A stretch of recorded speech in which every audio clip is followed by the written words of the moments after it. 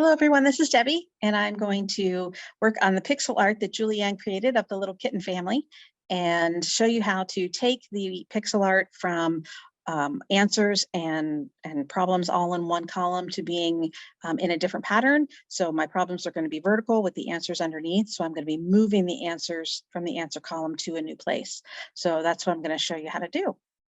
Let me share my screen and get started.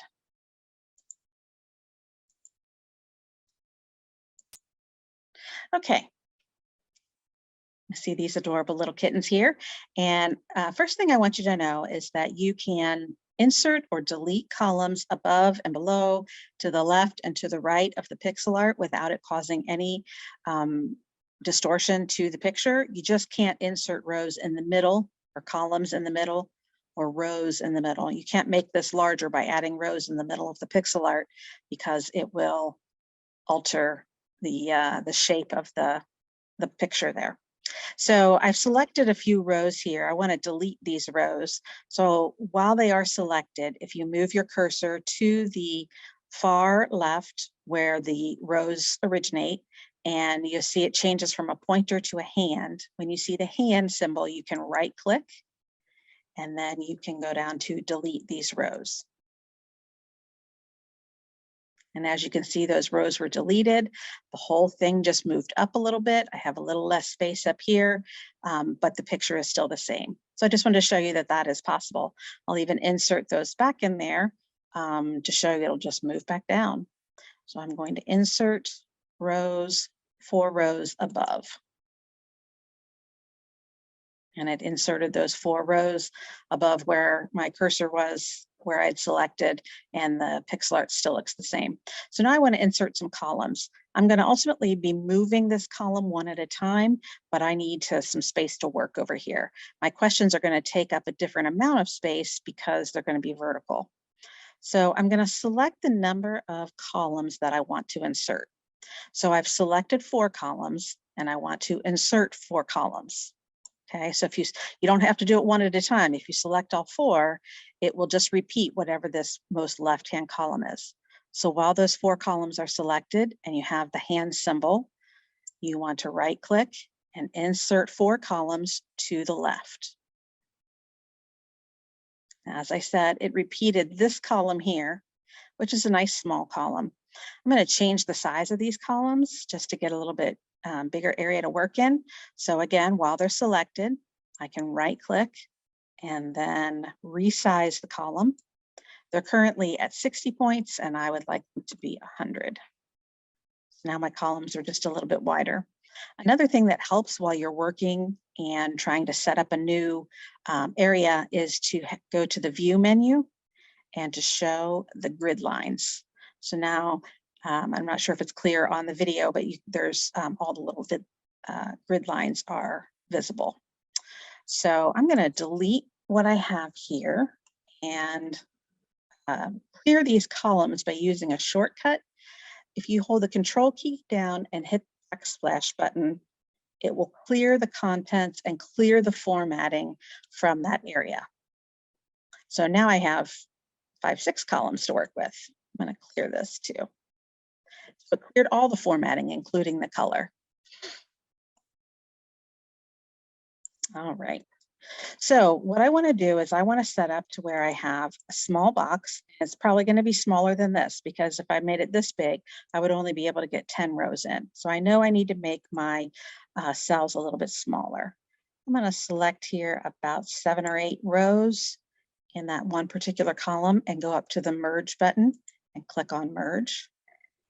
And then I'm going to copy that cell and paste it just below it because I want my problem to be one and then the other. So you can right click and copy, or you can use Control C, then use the down arrow and right click and paste.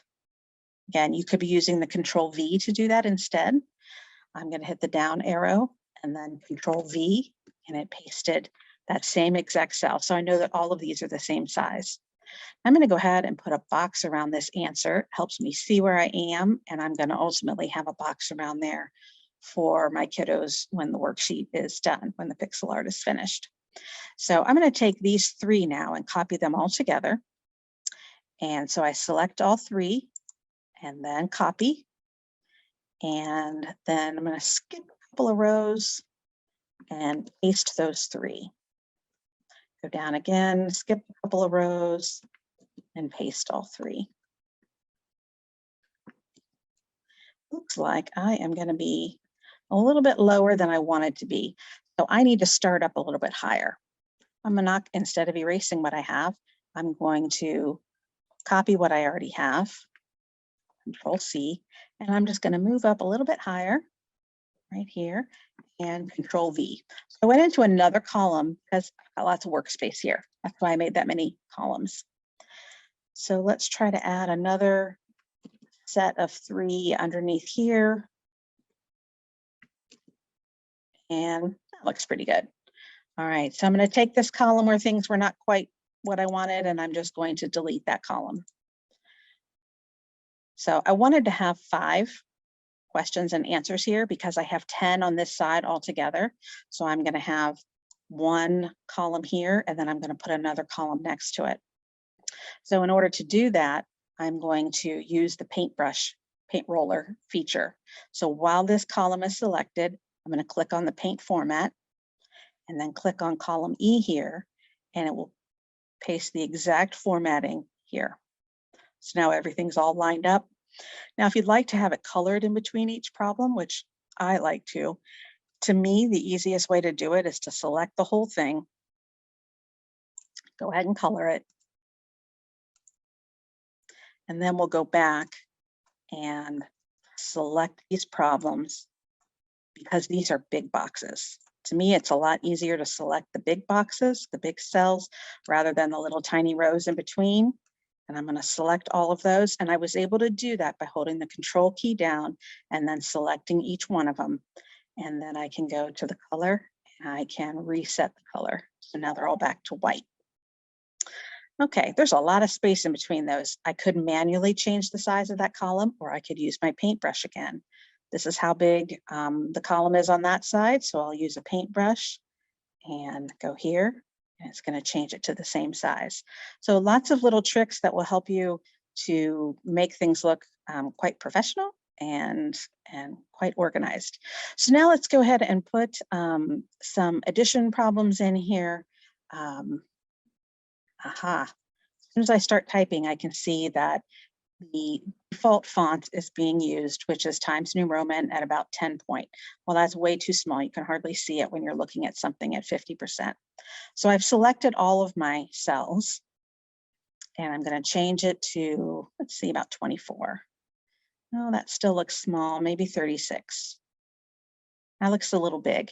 So you may not know this, but you can change the font size to anything by just clicking in the number space and then typing in the number that you want. I'm going to go halfway in between and set it to 30. Now I would also like all of my type to be right justified so that it looks like a math problem from their textbook.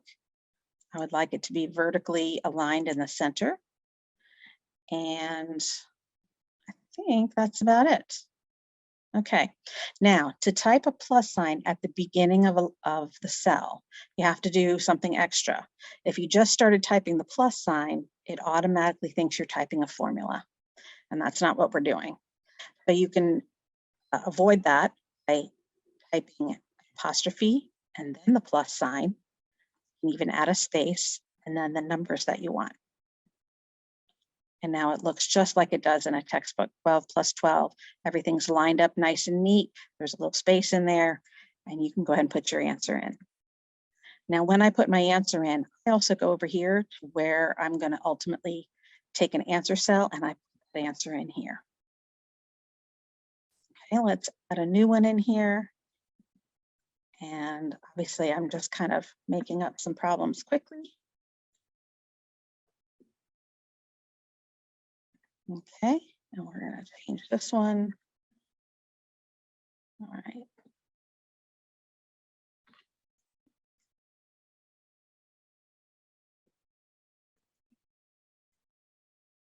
Okay. All right. Now, it's probably not easy to tell that some of the pixels that are colored in are now not colored because these first ones have a lot of the light colored cells. Here you can kind of see some pieces missing from the pixel art. But let's go ahead and change those answers before we move them. So click on the answer cell where it originated, go to Format, and then Conditional Formatting. In the formatting, you want to, right now it is set to, that cell has to equal 1 for all of these cells to be colored into this color. So we're going to change that to 24. And maybe hard to tell on your screen, but this did change colors again, which is great. Let's go to the next one. It's a little darker, so you'll be able to see it. This, instead of equaling 2, I now need it to equal 26. And if it does equal 26, then all of those cells get colored in, which is fantastic. All right, this one here, we need this to equal 28. Now, in order to move these to the answer cell, the new answer cell where I want the students to type, you have to copy this and paste it here, but it's not a straight copy, it's a cut. So it's a Control X or a cut. But there's another problem. This is much bigger. There are more rows combined into this one than into here. So you have to unmerge this cell. And when you do that, it looks like the number disappeared, but it's still there. It's just only in the very top cell. Now it's kind of hard to see, and I'm not sure if I have the top cell, but if I look in the formula bar, I can see what is in the cell that I have selected, and the number 24 is there. So I have the right cell. So what I can do is I can right click and I can choose cut. So as I said, it's a Control X or it's a cut, not a copy. We want to cut because we want to take everything from this cell, the formatting, the number, everything, and we want to move it somewhere else. So we're going to cut here, go to the new answer location and right click and paste. When I did that, the 24 moved over here and it moved in the format from where it came. It was bold, bigger, in the center, which is not exactly how I want it, but it does enable you to see that, oh, okay, it really did move everything, all of the formatting over there, and all of my pixel art is still colored in. So let's do that again here. I'm going to unmerge this cell. I'm going to select only the top cell. And I'm certain that I have the right one because I can see the number 26 here. So I'm going to right click, cut, go to the new answer location, right click and paste. And there we have it. All of our cells are still colored in. Now these are also colored. It doesn't matter. Those are old cells that were part of the answer. They're not going to be part of the new answer. In fact, we'll delete this whole column when we're finished. So, okay. So I have unmerged this cell and selected what I thought was the top one.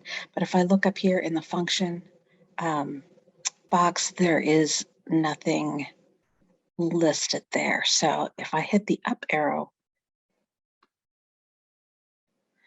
or choose the one above it, if I can, sometimes that's pretty difficult when they're such tiny little rows. But I hit the up arrow and I can see now that I'm in the right cell. I'm on number 28, which is what the answer needs to be. So I need to move the answer from this column over to here. I'll do a Control X, come over to here and do a Control V. So the answer is pasted over there. Now, one thing I'm noticing is that these are in bold and large and they're center justified. And I would prefer them to be right and the same size as the rest. So I think what I'm going to do is I'm just going to select the whole darn sheet and change the font and everything on the whole thing. Now I selected the whole sheet by clicking on the box above all of the rows and to the left of all of the columns. So this upper rightmost box, if you select it, it selects the whole sheet. So I'm going to make the font size 30 for everything. And not bolded. And justified to the right. And also in the middle vertically. Okay, so now anything else that I move in the future, I won't have to worry about the font changes. I'm going to go ahead and move the rest of these even without the problems in there. You can do it that way. And then just take care of your conditional formatting a little bit later on when you put the problems in. So again, I have to unmerge this cell, take what I have here at the top, Control X, go to the new spot, Control V.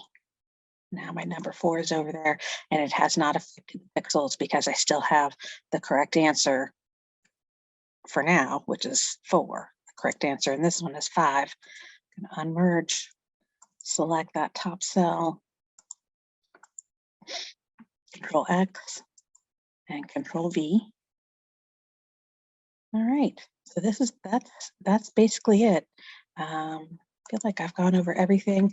I do want to show you though, in the end, that I can delete this column without any issues.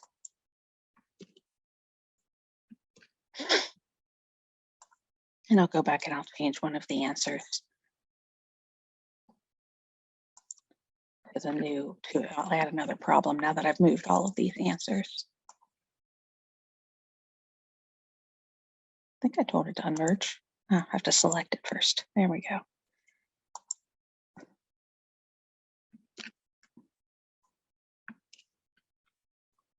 If ever I can't get that top cell selected because my mouse doesn't click on it properly, I just use the up and the down arrows to find it. Okay, so I've got all my answers moved to the correct places. The formatting isn't exactly what I want. I'm gonna select all of these answer cells and make it so there is a box around them. I'll make it a thicker size box. There we go. Now, all of these are still formatted because they're still part of this number, but I don't care about those. So I'm just going to go ahead and select all of this and right click and delete these columns. Okay. We can delete this one too. All right, so if I were to put another problem in here,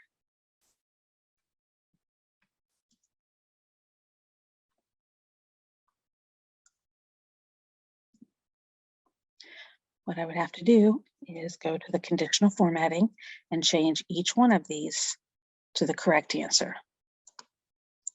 Right now it's set to 4, but I need it set to 37.